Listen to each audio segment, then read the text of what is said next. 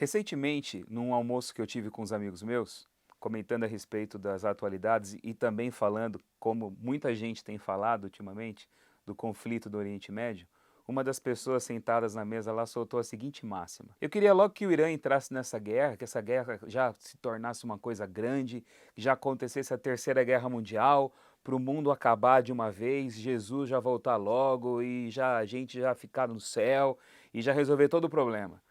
Aí eu fiquei pensando, né, como que um desejo pelo bem, ele pode se manifestar pela aprovação e até mesmo pela vontade do mal. Como que em nome do bem, as pessoas elas podem alimentar o mal. E pensando nisso, me lembrei daquela filósofa conhecida, Hannah Arendt.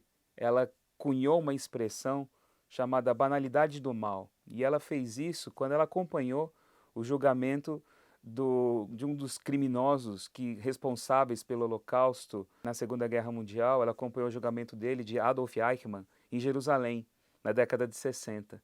E ela, judia, ela foi cobrir jornalisticamente o julgamento desse criminoso de guerra, e ela esperava, segundo as palavras dela, encontrar ali uma figura monstruosa, uma pessoa que fosse a encarnação da perversidade.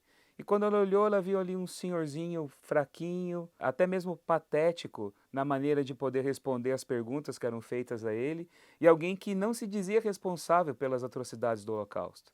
Ele dizia o seguinte, o argumento básico dele era o seguinte: eu só cumpria ordens. Eu só cumpria ordens. Ela viu no argumento dele e no funcionamento da mente dele aquilo que ela chamou de banalidade do mal. Eu tenho uma estrutura, uma grande maquinaria da perversidade que acontece, mas eu não sou responsável por tudo aquilo. Eu apenas faço parte de uma pequena engrenagem. Eu não matei 6 milhões de pessoas no Holocausto. Eu era responsável apenas por separar homens e mulheres nos vagões de trem que levavam para Auschwitz. Eu não sou responsável por aquilo. Então eu tenho o mal que é compartamentalizado em circunstâncias menores, e ele vai sendo produzido numa linha quase que fordiana, não é? Você vai tendo ali uma grande indústria da maldade, e as pessoas elas têm a sua responsabilidade diluída nesse processo. E foi isso que eu fiquei pensando, né? Nós estamos vendo uma escalada da violência no conflito do Oriente Médio, mas não apenas ali, tão distante, na nossa própria sociedade. Nós estamos vendo uma escalada de violência que aumenta e, ao mesmo tempo, uma dessensibilização das pessoas em frente a isso. Então, aquela ideia de que quanto pior, melhor, quanto pior for, melhor vai ser, porque é ficando ruim que a coisa vai ficar boa. E muita gente que se diz de Deus pensa assim, muita gente com o coração cheio de religião pensa assim. E começa a manifestar esse tipo de pensamento, né? Dizendo que as coisas têm que se tornar ruins para que a libertação final venha.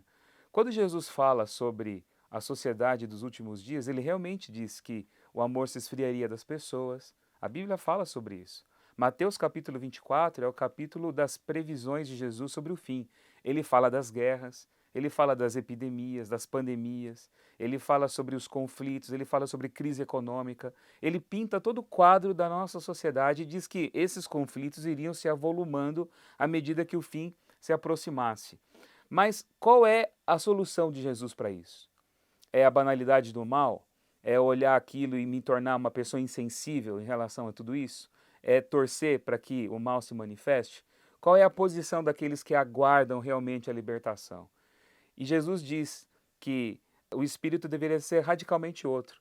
Ele faz as suas previsões a respeito do fim, ele descreve a sociedade com os contornos atuais que nós estamos assistindo, mas ele diz que aqueles que o aguardam deveriam comportar de uma forma totalmente diferente.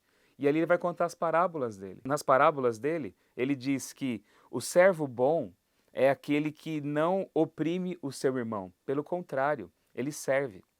Ele diz que aqueles que esperam a sua vinda mantêm sua espiritualidade acesa dentro do coração.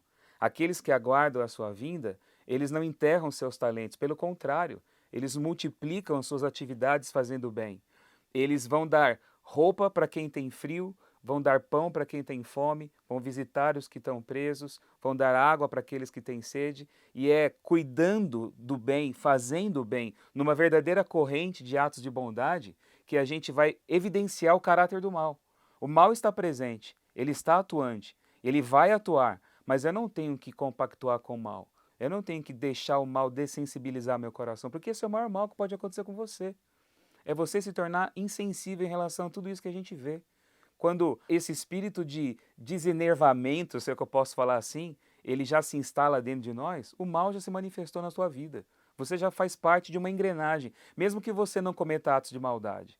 Então a gente tem que ter muito cuidado para isso, porque o mal se combate com o bem. Não se deixe vencer pelo mal, mas vença o mal com o bem. É o conselho da Bíblia. E aqueles que aguardam o Senhor vão ser ativos nos atos do bem.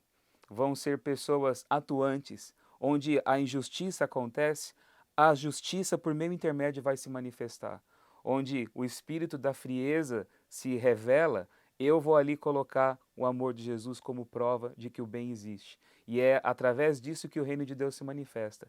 Esse é o convite para que aqueles que aguardam o Senhor vivam. Vivam dessa forma. É o convite que ele faz para mim, é o convite que ele faz para você também. Se você gostou desse vídeo, deixe seu like, se inscreva aqui no canal e compartilhe com quem você acha que vai gostar desse material também. E se você tem alguma sugestão para um próximo vídeo, deixe aqui nos comentários abaixo.